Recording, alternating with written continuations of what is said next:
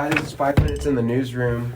My name is Justin Tubbs, and I've got Lucas Vader here to discuss a pretty important story. We're talking about the Cedaredge Golf Course and some problems that have arisen lately, and maybe some solutions that are on the horizon.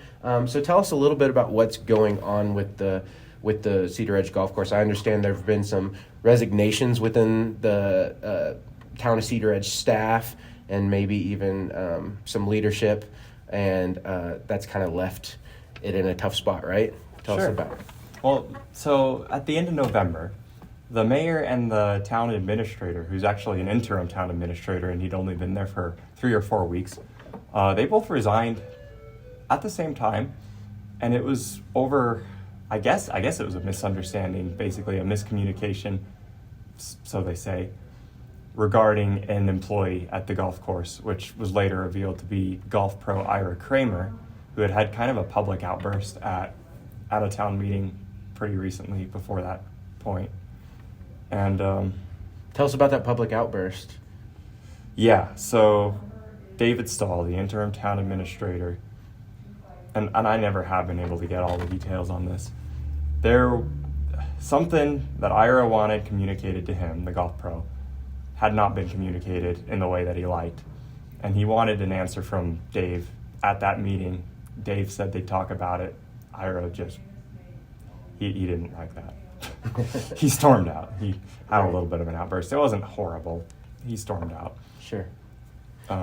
So I understand that the town administrator for Cedaredge now has sort of decided to take some of the management into her own hands. Talk about that. Can she do that? And what is she doing exactly? She is doing, everything she's doing is within her authority. This is a new town administrator. She was the town clerk. She became the interim town clerk after the very short-lived interim town clerk, David, left. And so she got put into that role. They later made her the permanent town administrator. She has taken on some projects at the golf course which has some serious maintenance issues, including a heater that has apparently not worked for 15 years, some serious water damage in the grill area or in the pro shop from the restaurant that is kind of adjacent. It's attached, same building. She's also kind of restructured staff. She's trying out some new things with staff. The main accusation against her is that she doesn't play golf and has never run a golf course. So that has gone over at times like a ton of bricks. Right. So what can golfers expect as changes, if any, with the Cedaredge Golf Course? Or what can the town expect? Is it going to be run better as a result of what's going on? Are they going to find a new golf pro? What are they doing? Right. So basically right now the town can expect to have no idea, just at all right now. We are between boards. The election just happened on the 5th.